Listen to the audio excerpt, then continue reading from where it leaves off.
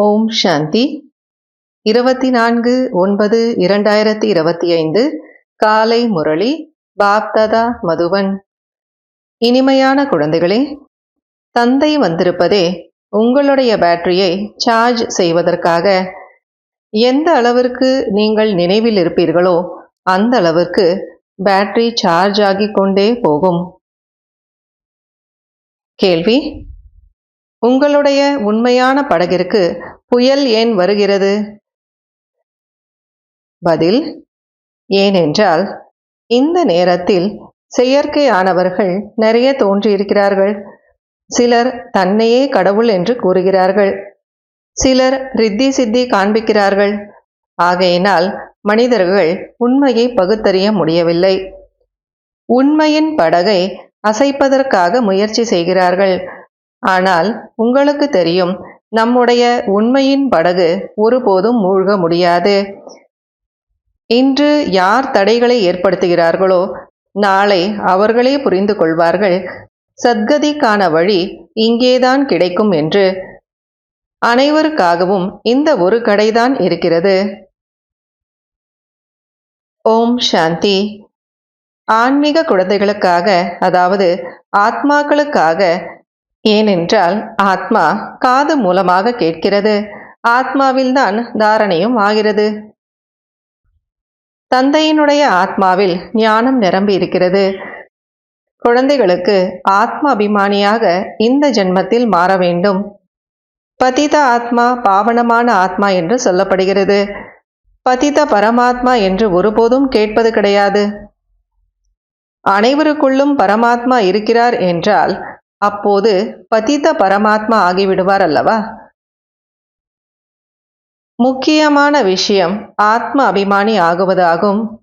இப்போது emergency light வருகிறது, அதை பாருங்கள். இது பேட்டரி மூலமாக இருக்கிறது. பிறகு இதை சார்ஜ் செய்கிறார்கள். தந்தை தான் அனைவரையும் விட மிகப்பெரிய பவராக இருக்கிறார், அதாவது சக்தியாக இருக்கிறார். தந்தை சர்வசக்திவான். நம்முடைய பேட்டரி டிஸ்சார்ஜ் ஆகிவிட்டது என்பதை குழந்தைகள் புரிந்து கொண்டிருக்கிறீர்கள். இப்போது மீண்டும் சார்ஜ் செய்ய வேண்டும். எப்படி? தந்தை கூறுகிறார், என்னிடம் யோகா செலுத்துங்கள் என்று. நான் தந்தையை எவ்வளவு நினைவு செய்கிறேன் என்று ஒவ்வொருவரும் பார்த்து கொள்ள வேண்டும். தந்தையை மறந்து போவதினால்தான் பேட்டரி டிஸ்சார்ஜ் ஆகிறது. யாருக்கும் உண்மையான கனெக்ஷன் கிடையாது. குழந்தைகளாகிய உங்களுக்குத்தான் உண்மையான கனெக்ஷன் இருக்கிறது. தந்தையினுடைய நினைவு இல்லாமல் ஜோதி எப்படி எரியும்? ஒரு தந்தைதான் நமக்கு ஞானத்தை கொடுக்கிறார்.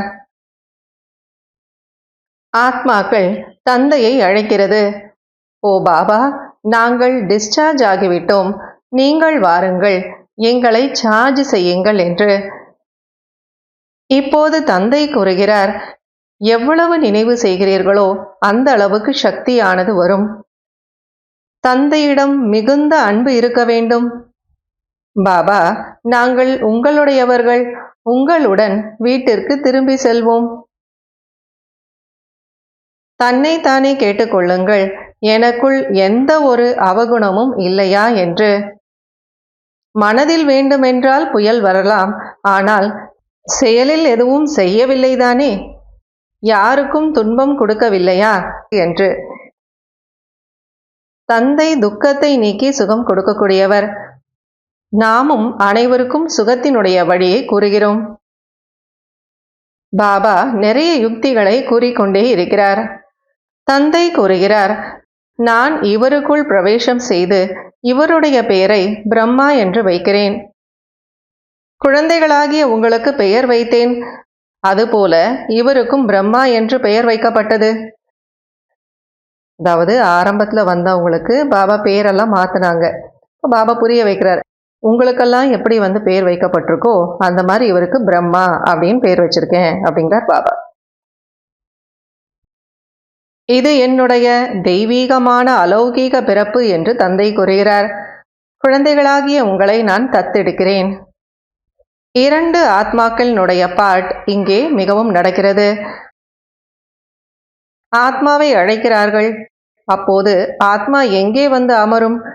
அவசியம் பிராமணனுடைய அருகில்தான் வந்து அமரும். இங்கே கூட 2 ஆத்மாக்கள், பாபா மற்றும் தாதா. அதாவது உலகத்துல யாராவது இறந்து போறாங்க அப்படின்னா அந்த ஆத்மாவை அழைக்கிறாங்க. அந்த வரக்கூடிய ஆத்மா என்ன பண்றாங்க, எந்த பிராமண உடம்புல வருதோ அந்த ஆத்மாவுக்கு பக்கத்துல தானே வந்து உட்காருவாங்க. அந்த மாதிரி இங்கே கூட 2 ஆத்மாக்கள், பாபா மற்றும் தாதா அப்படின்னு புரிய வைக்கிறார். இவருடைய பிறவிகளை பற்றி இவருக்கு தெரியாது என்று தந்தை கூறுகிறார். இப்போது நினைவு வந்திருக்கிறது. கல்ப கல்பமாக 84 பிறவியினுடைய சக்கரத்தை சுற்றி வந்தோம். இப்போது திரும்பி செல்ல வேண்டும். இது சங்கம யுகமாகும். இப்போது டிரான்ஸ்ஃபர் ஆக வேண்டும்.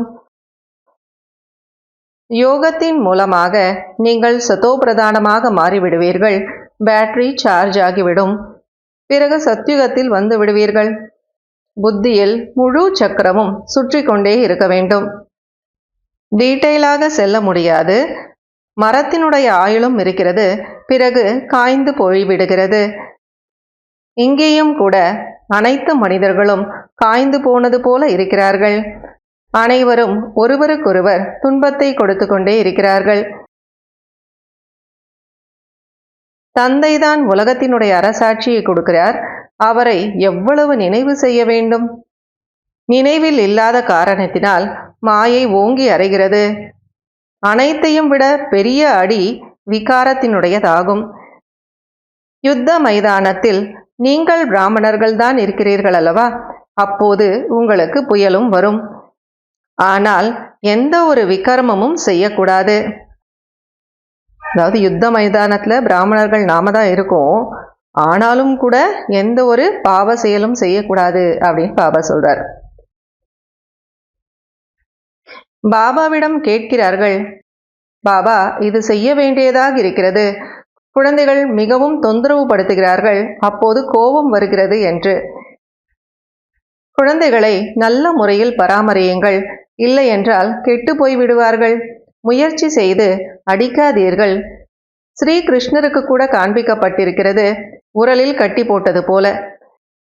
கயிறு போட்டு கட்டி வையுங்கள், உணவு கொடுக்காதீர்கள். அழுது அழுது பிறகு இப்போது நான் செய்ய மாட்டேன் என்று கூறுவார்கள். குழந்தைதானே, இருந்தாலும் மீண்டும் செய்வார்கள். படிப்பினையை கொடுக்க வேண்டி இருக்கிறது. பாபா புரிய வைக்கிறார், அடிக்காதீங்க, அதுக்கு பதிலாக நீங்க அவங்களுக்கு புரிய வைங்க, சிக்ஷை கொடுங்க அப்படிங்கிறார் பாபா. பாபா கூட குழந்தைகளுக்கு சிக்ஷை கொடுக்கிறார், அதாவது படிப்பினை கொடுக்கிறார். குழந்தைகளே, ஒருபோதும் விகாரத்தில் செல்லாதீர்கள், குலத்திற்கு கலங்கத்தை ஏற்படுத்தாதீர்கள். வெற்றி தோல்வி, தோல்வி வெற்றி, இவ்வாறு நடந்து நடந்து கடைசியில் வெற்றியானது கிடைத்துவிடும். உண்மையின் படகாகும். புயல் நிறைய வரும். ஏனென்றால் இப்போது செயற்கையானவர்கள் நிறைய வெளிப்பட்டிருக்கிறார்கள். தன்னையே கடவுள் என்று கூறுகிறார்கள். சிலர் பார்த்தால் இன்னும் வேற சிலதாக கூறுகிறார்கள். ரித்தி சித்தியும் மிகவும் காண்பிக்கிறார்கள். சாட்சாத்காரம் செய்விக்கிறார்கள். தந்தை வருவதே அனைவருக்கும் சத்கதியை கொடுப்பதற்காக. மிகவும் நல்ல நல்ல முறையில் வாணியை நடத்துகிறார்கள். ஆனால் நினைவின் கூர்மை இல்லை என்றால் சக்தியானது இருக்காதல்லவா? கூர்மையான வாளாக இருக்க முடியாது. தந்தை கூறுகிறார், இது ஒன்றும் புதிய விஷயம் கிடையாது. 5000 வருடங்களுக்கு முன்பு கூட நான் வந்திருந்தேன். சிலர் கூறுகிறார்கள், நாடகம் தானாகவே முயற்சி செய்விக்கும் என்று. நல்லது, இப்போது டிராமா முயற்சி செய்விக்கிறதல்லவா? அப்போது செய்யுங்கள். அதற்காக ஒரு இடத்தில் அமர்ந்து விடக்கூடாது.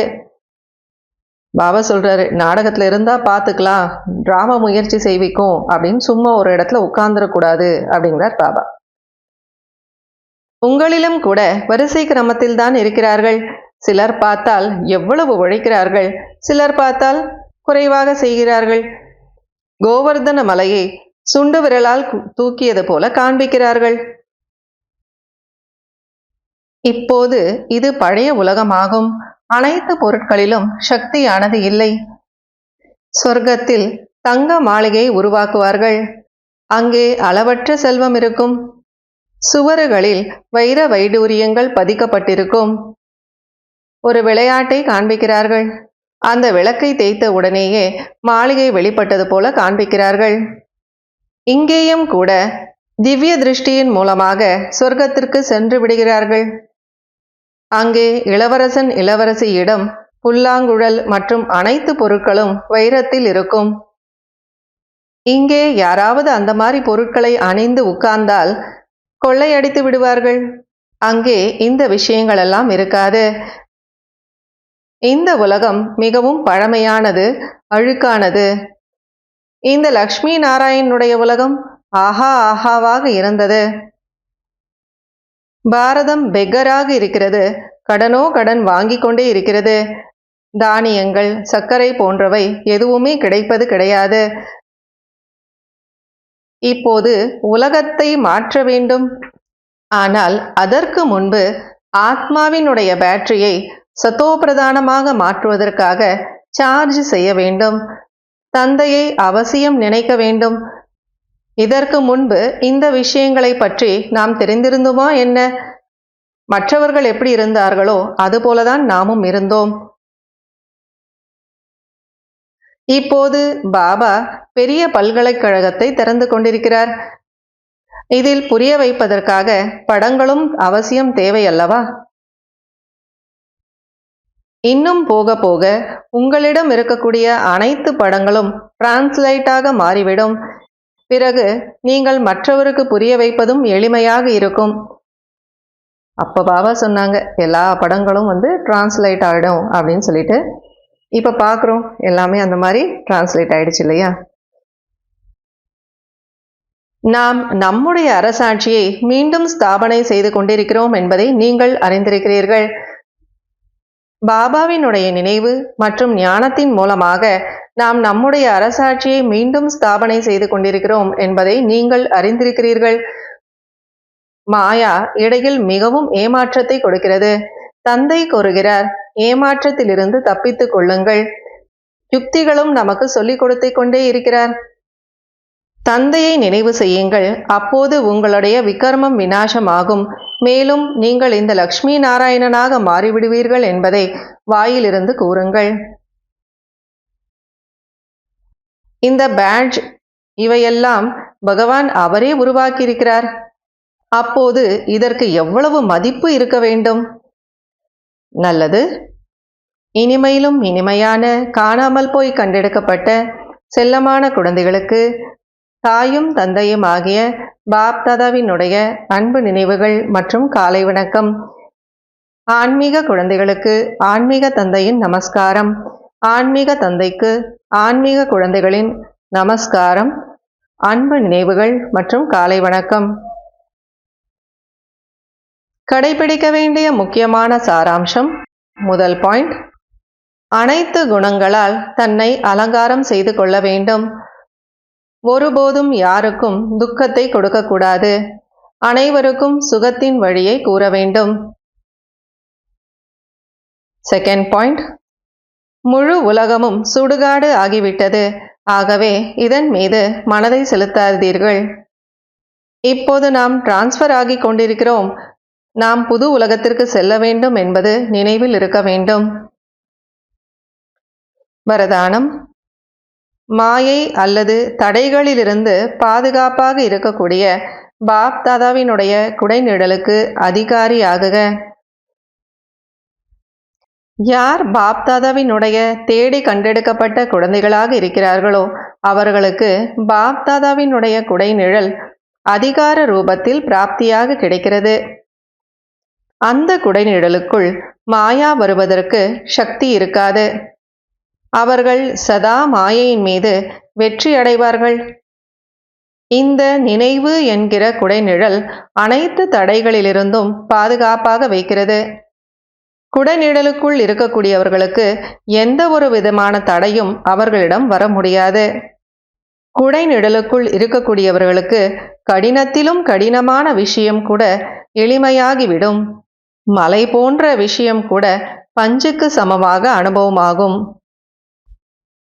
ஸ்லோகன்.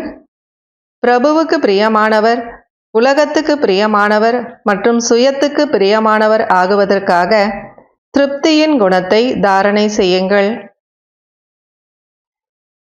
இன்றைய அவ்யக்த சமிகை: இப்போது ஈடுபாடு என்னும் அக்னியை மூட்டி யோகத்தினுடைய ஜாலாரூபம் ஆகுங்கள்.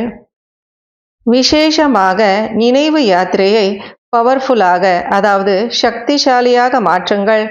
ஞான சுரூபத்தின் அனுபவியாக மாறுங்கள். உயர்ந்த ஆத்மாக்களாகிய உங்களுடைய சுபமான உள்ளுணர்வு மற்றும் நன்மைக்கான உள்ளுணர்வு மற்றும் சக்திசாலியான சூழ்நிலை அநேக துடித்து கொண்டிருக்கக்கூடிய, அலைந்து கொண்டிருக்கக்கூடிய, அழைத்து கொண்டிருக்கக்கூடிய ஆத்மாக்களுக்கு ஆனந்தம், அமைதி மற்றும் சக்தியை அனுபவம் செய்விக்கும். ஓம் சாந்தி.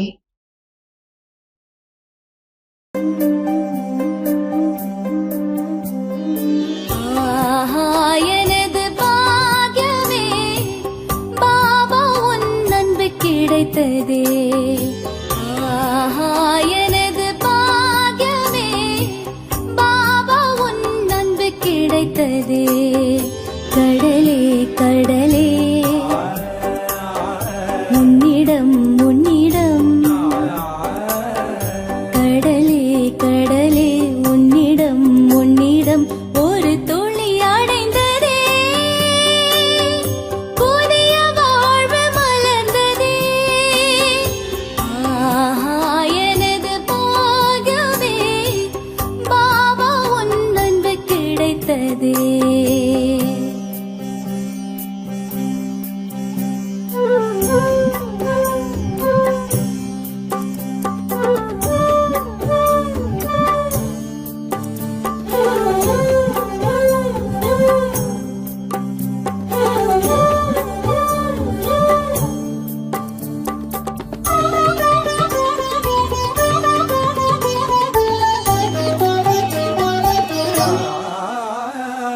உன்னை சந்தித்ததால் வாழ்க்கையில் பரமானந்தம் அடைந்தேனே.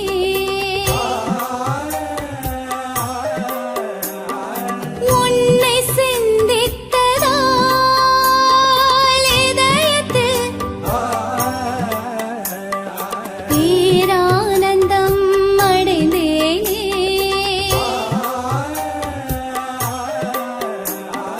அன்பின் தீபம் நீ ஏற்றினாய், ஒளியானதே என் வாழ்க்கையே. கடலே கடலே உன்னிடம்